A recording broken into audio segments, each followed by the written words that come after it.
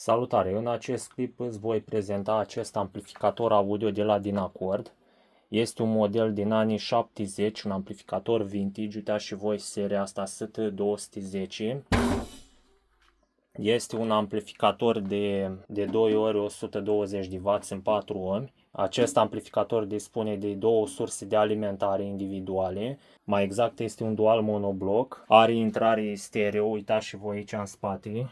Are siguranțe fuzibile pe rețea, uitați, deci e făcut să funcționeze la tensiunea asta 220 de volți. Am avut amplificatorul ăsta și acum mai de mult, numai că eu l-am dat la schimb pe un alt amplificator, mai exact pe amplificatorul Onkyo. Am făcut schimbul deoarece amplificatorul Onkyo are intrare GFET, ăsta are intrare simplă pe bipolari. Amplificatorul ăsta a fost reparat cu tranzistori de pe Mivarom, dar a fost intervenit numai în etajul de comandă, să spun așa, în etajul VAS și în cel diferențial. Problema lui a fost cu etajul diferențial, dar uitați că chiar și după 7 ani de zile de când am făcut schimbul amplificatorului, încă mai este funcțional, doar că el mi-a adus amplificatorul ăsta înapoi din cauza că se mișcă mufa asta de aici și LED-ul de la vumetrul ăsta s-a ars și se vede numai pe ăsta de aici. I-am dat la schimb amplificatorul ăla Akai. Amplificatorul ăsta mai are două LED-uri aici care indică temperatura. De exemplu, când ajunge la o anumită temperatură, amplificatorul se oprește. Modelul ăsta de amplificator nu are buton de oprit-pornit, deci ăsta îl bagi în priză și îl pornește automat. Este un amplificator de linie. Amplificatorul ăsta are și releu de protecție, doar că releul lui de protecție nu acționează în momentul când fac scurt circuit pe ieșire. Este doar un releu de întârziere. Amplificatorul ăsta cântărește undeva la 16 kg, deci este foarte greu. Și asta din cauza că are două transformatoare înăuntru. Acum am să desfac amplificatorul ca să-ți arăt ce se află în interiorul lui.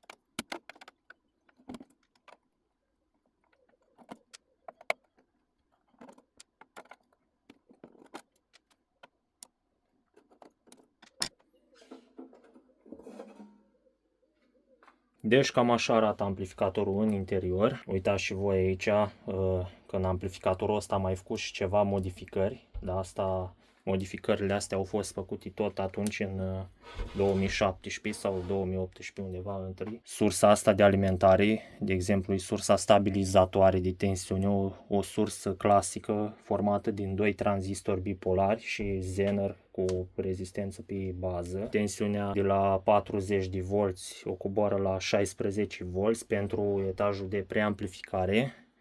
Aici în față nu a avut niciun fel de preamplificator, așa că am făcut un montaj cu două circuite operaționale. Mai exact are un TL082 și un 4558. Deci montajul dinăuntru este unul foarte simplu, să spun așa. Nu are DC servo, nici intrare GFET. Condensatoarele de filtraj sunt de 470 de micro. Lucrează la o tensiune de plus minus 40 de volți. Uitați acolo.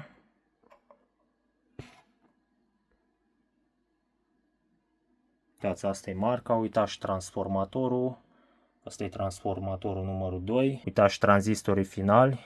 Deci tranzistorii finali sunt originali. Tranzistorii finali sunt în perechi, PNP și NPN. Deci acum am să o curăț de praf și pe urmă am să o conectez la osciloscop și am să fac un test de sarcină ca să-ți arăt, să vezi și tu cam ce forță are acest amplificator. Pe urmă am să-l pun și la un test de sunet, am să-l conectez la boxele alea mari. Acum am conectat osciloscopul la amplificator, vedeți că deja am și băgat în priză. Așa, deci cum am spus, uitați și voi aici un bec este ars. Uitați pe osciloscop, deci am pornit generatorul de semnal, uitați ce am setat pe generator aici. Așa, uitați și aici pe osciloscop. Parametrii setați tot, uitați aici. Parametrul ăsta de aici care îl vedeți este time to rise, adică citește viteza, cum ar veni, citește viteza din etajul VAS. Preferabil este să fie cât mai mică. Așa, doar că acum am să fac testul ăsta de sarcină pe sinusoidal, așa că valoarea asta care o vedeți aici nu se pune. Așa. Uitați, acum am să ridic semnalul, am să măresc amplitudinea. Deja au început să limitez, uitați și voi. Uitați și valorile. 19 volți. Ajunge cam la 20, vârful maxim ar fi de 20. Așa. Acum am să-l dau mai încetul. Am să micșorez scala pe osciloscop. Acum am să mut generatorul de semnal pe pătrat. Așa, uitați pe pătrat aici. Deci acum când măresc volumul, vedeți și voi aici partea asta Time to Rise. Eu acum fac testul pe canalul ăla original în care nu s-a intervenit. Uitați și voi ce valoare are aici. Așa, deci este valoarea directă. Uitați, dacă măresc aici, vedeți, el tinde să arate mult mai exact. Uitați cum arată. Așa. Valoarea asta fiind calculată în raportul slew rate ar însemna undeva că amplificatorul are un slew rate de 1 volt pe microsecundă. Deci slew rate-ul probabil că este undeva la 2 volți microsecundă. Așa, deci valoarea asta e bine să fie cât mai mică. Așa, dacă amplificatorul ăsta avea un slew rate de 20 sau de 50, să spun așa, dacă avea slew rate-ul de 50 de volți pe microsecundă, valoarea asta trebuia să fie sub 1. Eventual trebuia să aibă un 0,6. Așa, doar amplificatorul fiind foarte vechi, dar nu din cauza vechimii, ci din cauza tranzistorilor și a montajului în sine care este făcut aici. Așa, deci are un circuit simplu, etajul vas nu reușește să comute mai repede frecvențele și asta face ca sunetul să fie amestecat. Dar asta nu e o problemă chiar așa de mare, pentru că oricum se pot modifica tranzistorii ăștia și condensatorul Miller. Etajul final s-a încălzit, acum radiatoarele astea frig. În momentul când ating cu degetul începe să audă un fel de coil whine. Etajele de amplificare, am să opresc acum osciloscopul ăsta, adică sarcina pe intrare. Tranzistorii ăștia sunt prinși direct pe radiator, deci pe radiatoarele astea trebuie să aibă tensiune. Uitați și aici din ce cauză deci mufa s-a displetat și firul ăla de pe intrare s-a rupt. Eu l-am legat așa de formă momentan pentru teste. Conectorii ăștia pentru siguranțele fuzibile s-o cam periculoase. Eu m-am curentat odată aici când am băgat mâinile, le-am atins aici din greșeală. Aici era bine dacă se punea ceva izolator, dar până la urmă cred că am să-i pune un izolator. Acum am conectat al doilea canal, adică pe cel pe care l-am reparat. Acum am să ridic volumul.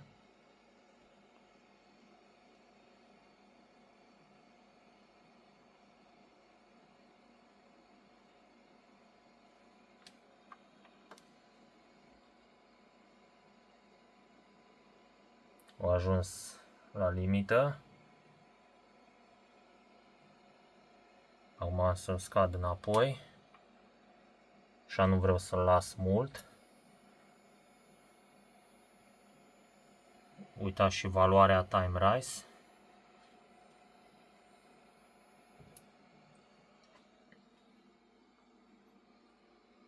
Da, au început să se încălzească. Acum am să pun un multimetru între cele două cape și am să-ți arăt și cam cu cât scade tensiunea la acest amplificator, adică vorbind de sursa de alimentare. Până la urmă am conectat aparatul de măsură pe transformator, mai exact pe curent alternativ, valoarea indicată de acest aparat de măsură. Pe radiatoarele astea eu am crezut că are tensiune, dar nu are niciun fel de tensiune. Deci tranzistorul este izolat de radiator. Mi se pare o leacă cam ciudat din cauza că radiatorul este și el izolat de carcasă și ar fi trebuit contactul între tranzistor și radiator să fie direct, fără altceva, fără mică de protecție. Acum am să dau drumul la semnal.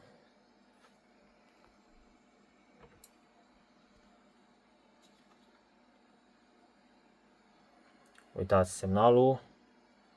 Deci am să merg până la pragul de clipping.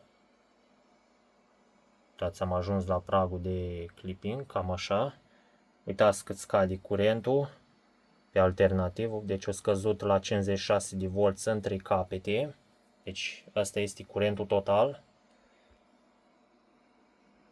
Acum l-am oprit. Acum am să scot modulul ăsta afară de aici, adică ambele canale. Așa, deci el este prins cu două șuruburi, două pe stânga, două pe dreapta.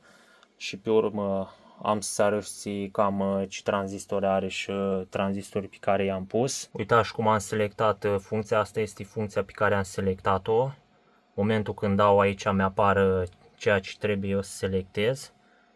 Uitați și aici, deci am mai multe funcții. Momentan încă nu știu cam la ce mă ajută toate funcțiile astea, dar am să-l mai întreb pe ChatGPT. Am dat jos capacul de dedesubt, uite și tu cum arată aici, deci am scos etajul final afară, așa acum se vede mai bine partea de preamplificare pe care am făcut-o. Uitați și voi cum realizam înainte PCB-ul, deci așa le făceam. Uite și partea de protecție aici. Uitați sursa de alimentare formată din 4 condensatori. Fiecare transformator dispune de o punte de diode și 2 condensatori pe ieșire, pentru că fiecare sursă de alimentare alimentează blocul lui individual. Da, uitați aici legăturile, tot. Ăsta este blocul de amplificare. Ăsta este canalul pe care l-am modificat și ăsta la alt este canalul original, deci se poate vedea foarte simplu după tranzistorul ăsta de aici. Deci aici am intervenit eu cu reparația. Deci aici, ca să vezi, am pus tranzistorii ăștia 2 pe intrare. Eu atunci n-aveam cum ce să măsor factorul beta.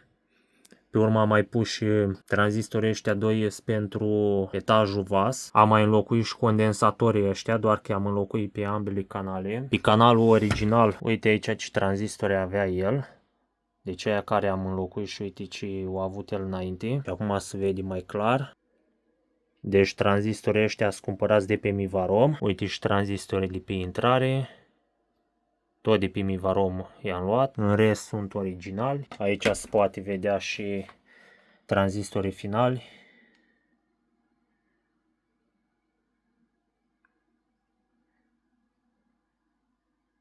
Deci cam așa arată tranzistorii ăștia finali. Am găsit manualul service la acest amplificator. Uitați aici mai jos, specificațiile.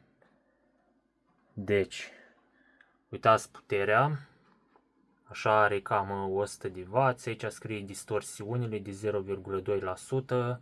Pe banda asta de frecvență între 30 de Hz și 20 de kHz. Asta este schema electronică, am să măresc acum. Aici se poate vedea cum e realizată schema, deci are intrarea. Pe partea de intrare nu are stabilizator activ pe tranzistor, nici oglindă de curent. Așa. Aș putea să îmbunătățesc circuitul de amplificare, aș putea să îmbunătățesc etajul diferențial adăugând oglinda de curent și stabilizatorul de tensiune. Uitați și etajul VAS. Pe ieșire este făcută schema pentru vumetri și pe intrare este făcută protecția pentru temperatură înaltă. Uitați, este realizată din 2 tranzistori. Deci se vede că etajul VAS este format din acești 2 BD420 și BD419. Tranzistorul ăsta de aici limitează curentul pe acești tranzistori. Practic reglează curentul de bias. Aici are biasul, vedeți și voi. Condensatorul Miller este pe 68 de picofarads. Pe urmă are driverii și finalii. Vedeți și voi finalii. Deci acum trebuie să deslipesc firele astea. Vedeți și voi, toate sunt conectate la tranzistor și firele astea două sunt conectate la decuplare, adică e senzorul de temperatură care decuplează la 60 de grade. Da, și rezistența asta pe care am pus-o aici, asta e pusă din cauza că n-am avut rezistență din asta. Așa, și am pus-o pe versul. Așa, deci am să montez integratele astea două. Uitați, deci le-am dezlipit de pe placă. Așa, integratele astea sunt funcționale. Un integrat din ăsta are 2 canale, doar că un canal am să-l izolez și am să montez un integrat pe un canal și unul pe celălalt canal. Uitați și voi, deci am terminat de făcut modificarea. Deci pe ambele canale am și reglat, totodată să spun așa, deci curentul de bias este același. Curentul între baze este de 1,1 V. Vorbesc dinaintea driverilor. Deci integratul ăsta de aici conține etajul diferențial și etajul VAS.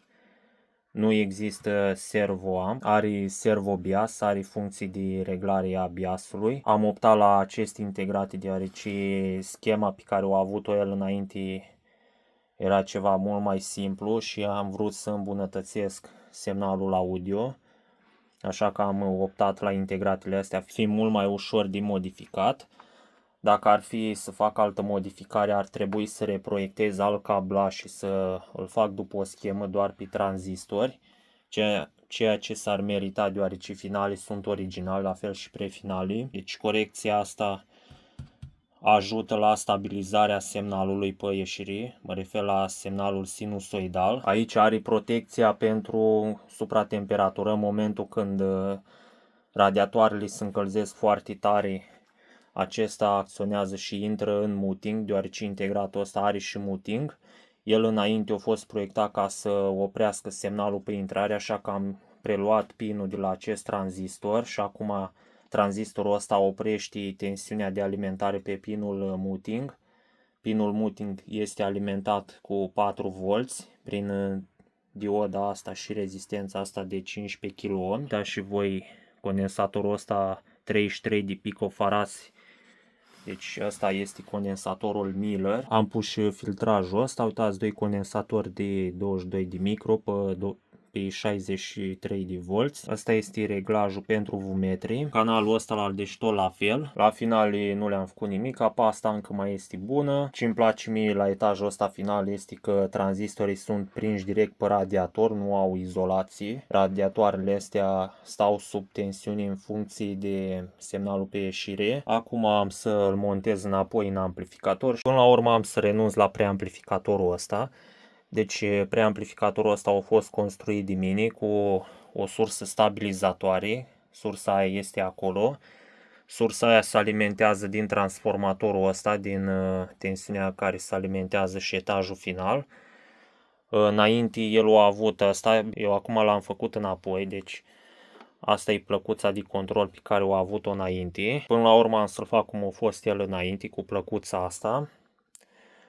Eu aș vrea să renunț la preamplificatorul ăsta din cauza că nu am un transformator separat care să alimenteze aceste operațional. Normal așa ar fi corect să existe un transformator care să alimenteze separat. Mai este și varianta în care aș putea să folosesc ambele transformatoare și fiecare integrat să aibă alimentarea lui, dar până la urmă am să renunț din cauza că câștigul de semnal este unul foarte mic și oricum chiar și așa cum este el acum, dacă este conectat la un calculator, semnalul este suficient, dar nu poți să dai la maxim din cauza că calculatorul nu are suficient semnal. Deci până la urmă am să montez asta. Uitați și voi, am pus condensatorii ăștia de 1 micro pe 250 de volți, două rezistențe de 1,2 kΩ.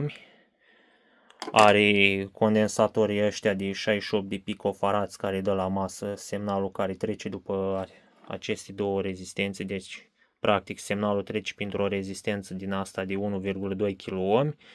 Are un condensator la masă care este de 68 de picofarați și pe urmă trece prin condensatorul ăsta de 1 micro pe 250 de volți care ajunge pe urmă la volum.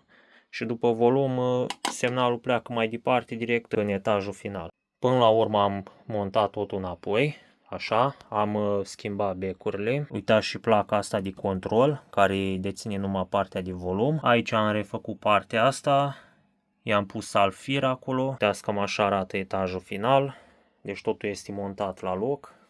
Acum am să conectez osciloscopul. Am conectat osciloscopul și generatorul de semnal la acest amplificator, uitați și voi, așa cu rezistență. Acum ca să vă arăt curentul continuu pe ieșire, uitați și voi, deci pun tastele astea aici și uitați și voi curentul continuu pe ieșire pe canalul ăsta și dacă îl pun pe canalul ăsta la alt.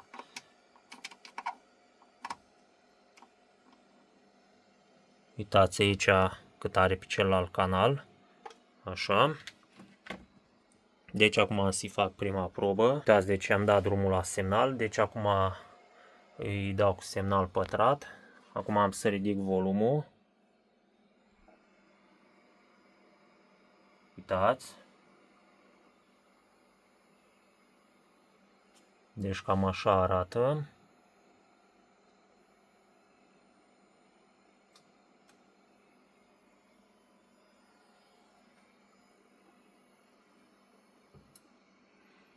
Acum am să-i dau pe curent alternativ.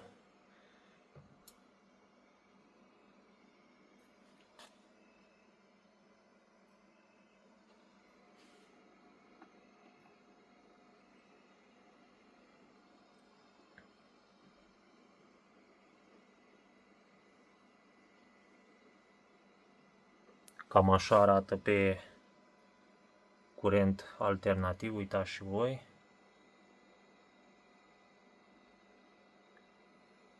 Deci cam ăsta este semnalul curat.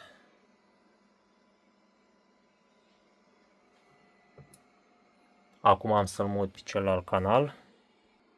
Acum am conectat și celălalt canal, uitați aici. Acum am să dau drumul la semnal. Așa, am să dau volumul de aici din stație.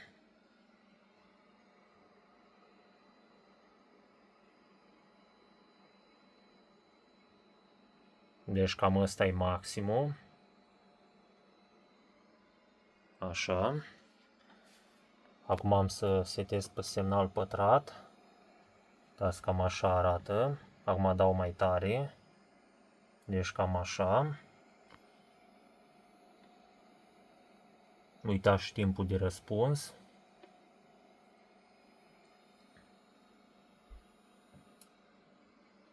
Deci cam așa se prezintă și acest amplificator. Acum am să-l conectez pe boxe și am să pun o melodie. Deci acum am conectat boxele și calculatorul. Așa am să pun melodia.